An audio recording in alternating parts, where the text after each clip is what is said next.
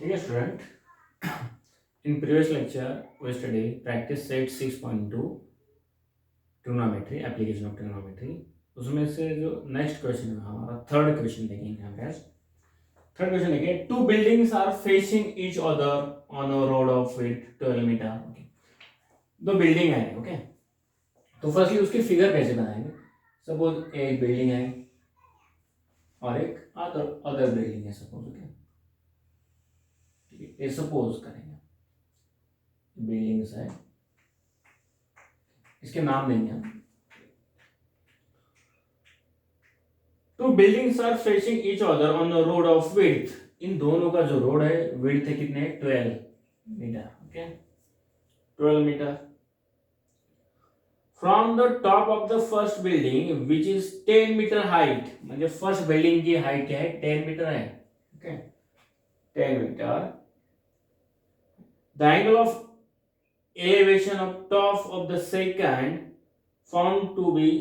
is found to be 60. What is the height of second building होगा, तो आपको पता होना चाहिए कि सेकंड जो बिल्डिंग है रे वो हाइट ज्यादा है उसकी। ओके, तो हमें एक्चुअली क्या निकालना है, ये height. Suppose A B C D are two buildings and suppose यहाँ पे ये हॉरिजॉन्टल चाहिए ना हमें, एक्चुअली ए निकालना है हमें। सपोज ये पॉइंट ई है, ये फिगर कैसे है, ए 10 मीटर है तो ये भी 10 मीटर हो जाएगा और ये 12 मीटर हो जाएगा। ये क्यों आपको पता होना चाहिए, राइट एंगल है, right angle right angle right, तो ये अपोजिट साइड्स पैरेलल है और इक्वल रहेंगे, और ये अपोजिट साइड पैरेलल है और इक्वल रहेंगे। ओके, और यहाँ पे एंगल कितना दिया है, 60 डिग्री क्रिएट होता है, ऐसा दिया है। तो हमें टोटल हाइट निकालनी है। ओके, तो देखिए हमें क्या क्या पता है वो लिखेंगे हम। Suppose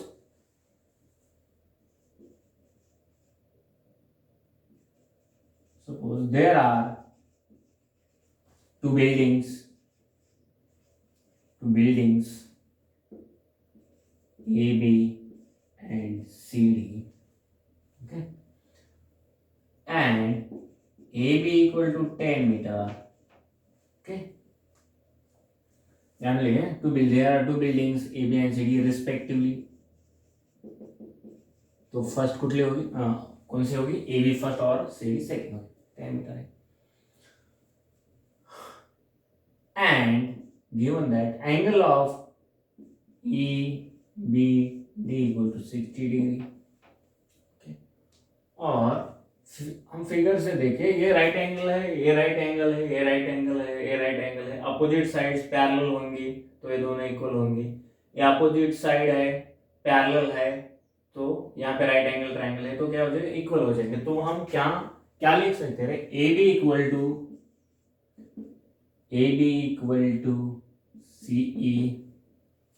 CE and A C equal to B, मैंने लिखा है। ओके, तो क्या आ जाएगा, सी की वैल्यू भी क्या है, therefore C equal to 10 metre, therefore C is 10 and B is also 12 metre. अब हमें एक्चुअली फाइंड आउट क्या करना है, देखिए एक्चुअली हमें सी डी फाइंड आउट करना है, हाइट ऑफ सेकंड बिल्डिंग। तो ये 10 है, तो हमें एक्चुअली डी ई की वैल्यू निकाले और सी प्लस ई डी किया तो सी डी मिल जाएगा हमें। ओके, तो हमारा टारगेट क्या है, ए साइड हमें निकालनी है। तो देखिए opposite side bye adjacent side आया है, मतलब हमें क्या निकालना है, tan थीटा। ठीक है, therefore tan theta equal to क्या लिखता हूं मैं, देखिए tan थीटा इक्वल टू क्या है, opposite side DE by adjacent side BE is equal to DE हमें निकालना है divided by 12, BE is 12, but theta is what, tan 60 is equal to DE by 12. Tan 60 is what, √3 is equal to DE by 12। तो हमें देखें यहाँ से DE मिल जाएगा, D यहाँ 12 डिवाइड है, यहाँ के मल्टीप्लाइड हो जाएगा, therefore DE equal to 12 into √3। ठीक है, ये मिल गया हमें 12 इंटू √3। ओके, हमें second height, second building height क्या है, CD है, therefore C D equal to C E plus E D क्यों डी, दोनों भी लिख सकते हो। सी इज व्हाट 10 प्लस 12√3, तो आंसर हमारा हो गया ये। और यहाँ से 2 कॉमन भी निकाल सकते हो, नहीं निकालो तो भी चलेगा। सपोज यहाँ पे √3 की वैल्यू दी होगी तो हम इस पे सब्स्टिट्यूट करेंगे, देन मल्टीप्लिकेशन। हमें आई थिंक इस क्वेश्चन में उसकी वैल्यू नहीं दी हुई है, तो हम ऐसे सॉल्व करेंगे इसको। तो देखिए, therefore the height of second building is 10 plus 12√3, और इसको ऐसा लिख सकते हैं 2 कॉमन निकाल तो 5 प्लस 6√3। ये भी आंसर लिखा तो चलेगा, नहीं तो ये भी आंसर लिखा। आगे के क्वेश्चन देखेंगे हम बच्चों। ये ओनली फिगर आपको आ गया ना, हो गया आंसर। ओके, बाद में का देखिए क्वेश्चन।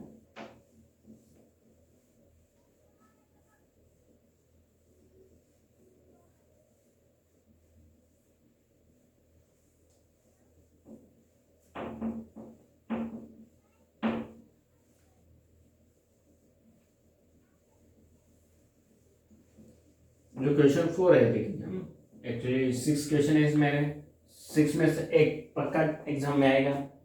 ओके, 4th क्वेश्चन देखेंगे हम। फिगर कैसे बनाना है वो देखिए first. 2 poles of height 80 meter and 7 meter are erected on a ground. Okay, 7 metre और, ठीक है, देखेंगे हम। 2 पोल है रे, ए बी, ये सपोज 7 मीटर है तो 18 मीटर का बड़ा होगा। क्या दिया हुआ है, 2 पोल्स 18 मीटर और सपोज अच्छे से निकलो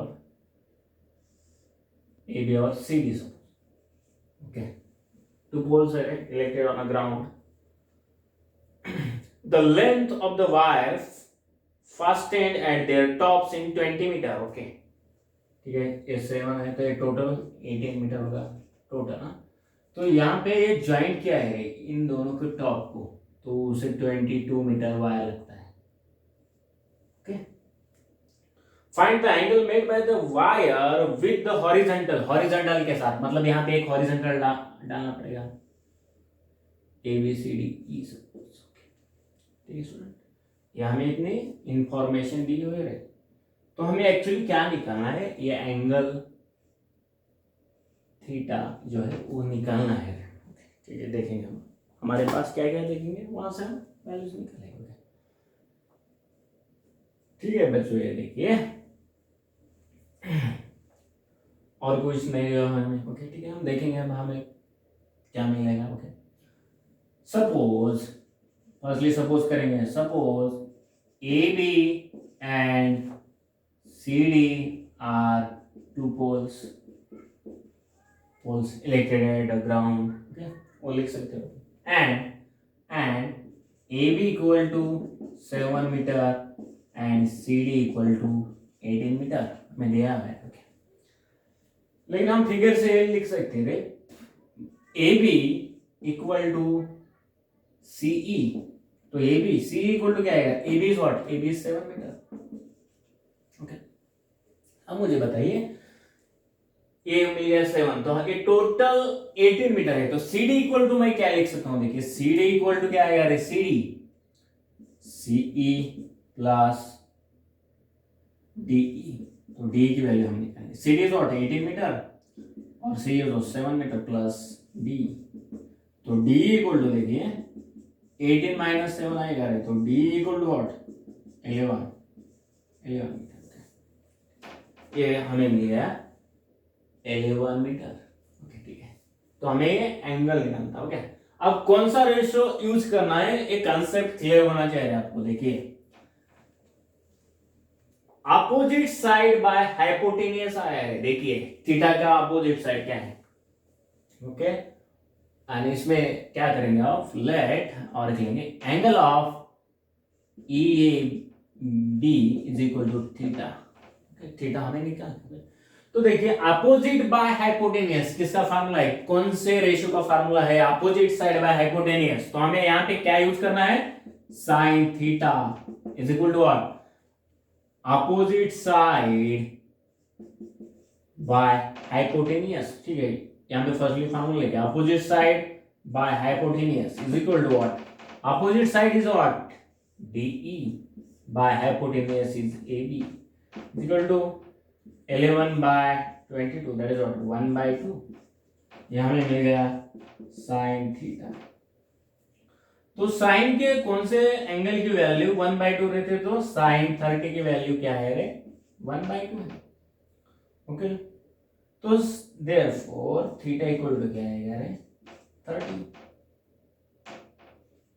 डिग्री। तो बाद में आप लिखिए the angle made bye wire with horizontal, the angle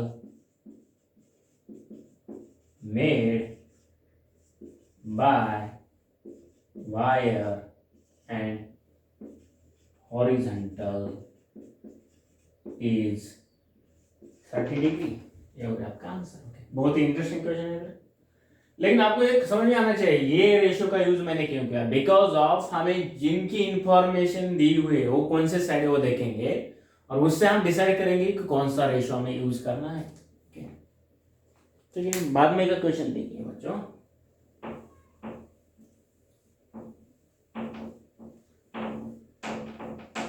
ये हुआ क्वेश्चन 4। अब देखेंगे हम question number 5।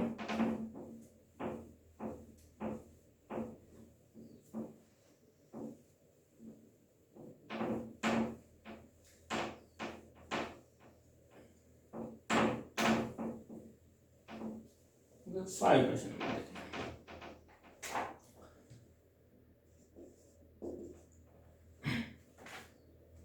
A storm broken of a tree at the tree top rested 20 meters from the base of the tree, making an angle of 60 with the horizontal. Find the height of the tree. Okay, बहुत ही interesting question है। क्या है, देखिए एक tree है suppose,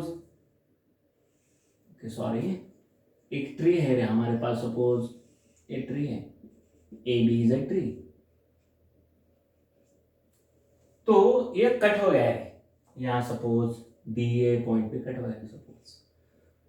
तो क्या हुआ है देखिए, कट होके यहाँ पे गिरा है सपोज, है ना, AB सपोज C और D। ओके, तो क्या हुआ है देखिए, ये बेस से जो गिर के पड़ा है रे, इसका जो टॉप है वो कितना डिस्टेंस दिया हुआ है हमें, उसने 20 मीटर है रे।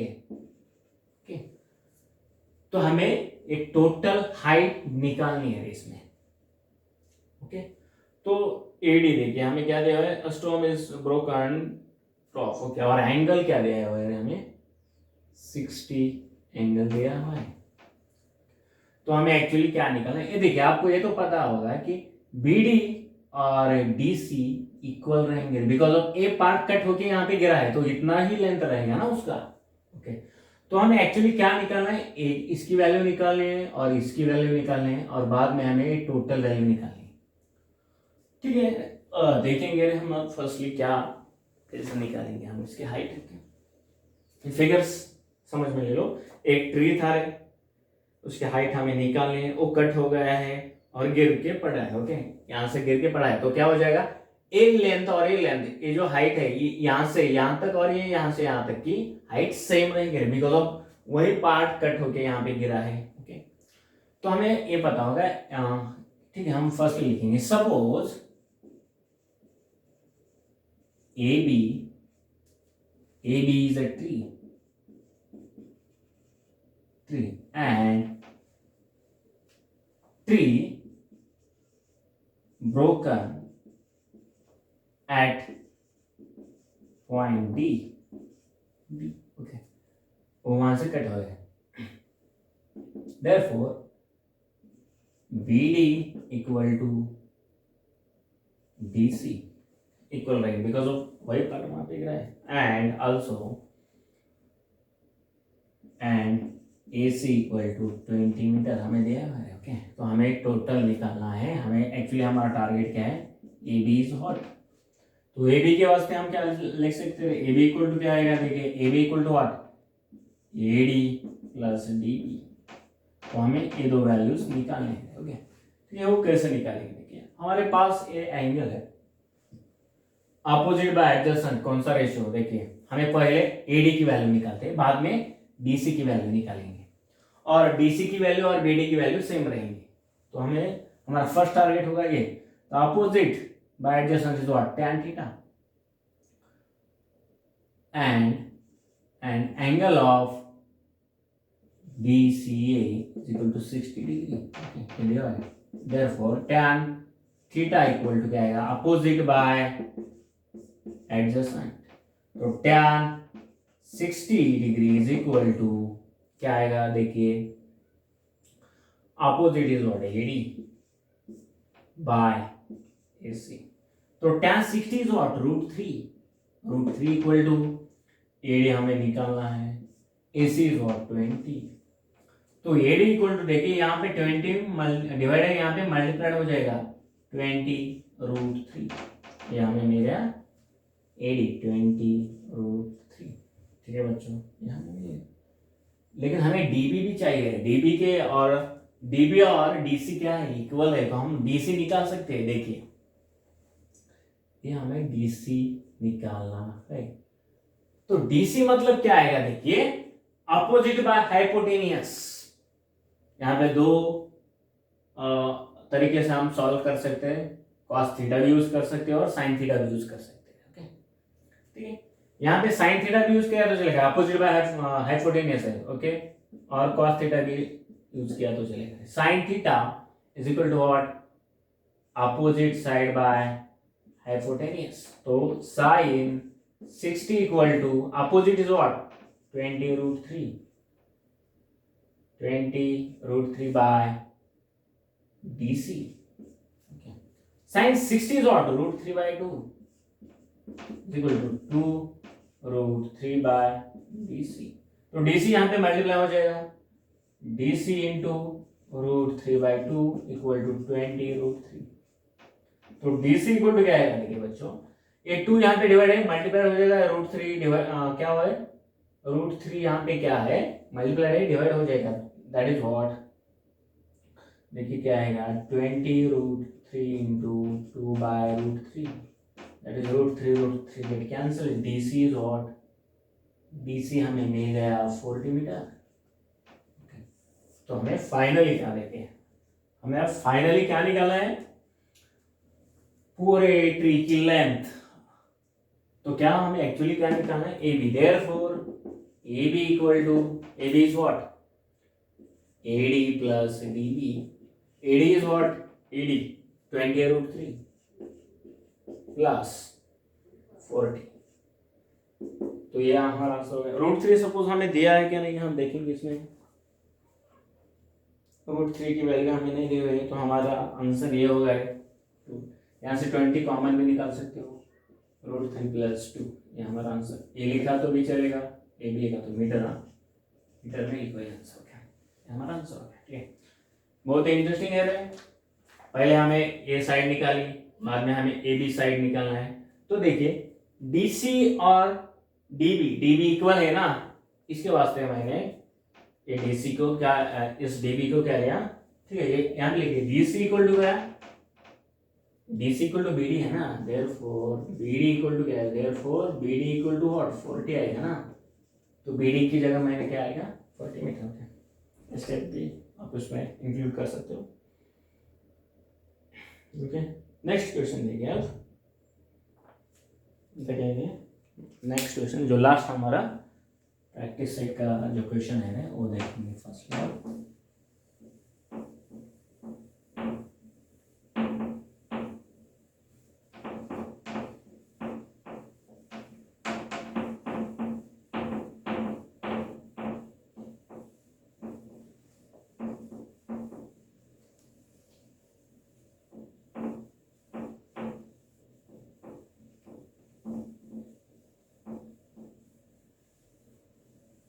Sixth number question.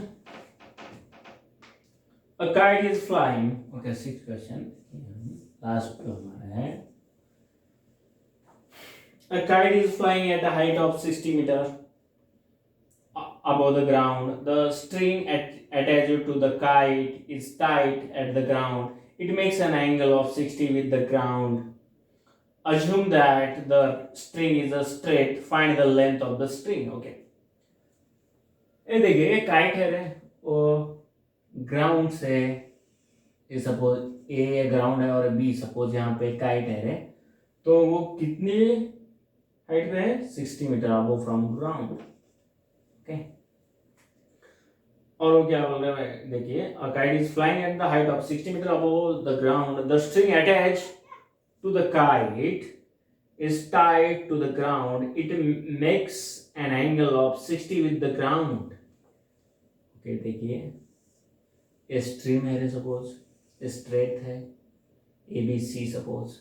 ओके तो यहाँ पे एंगल क्या कितना एंगल बन रहा है देखिए 60 डिग्री का एंगल बन रहा है. Okay. the ground. Assume that the string is straight. Find the length of the string.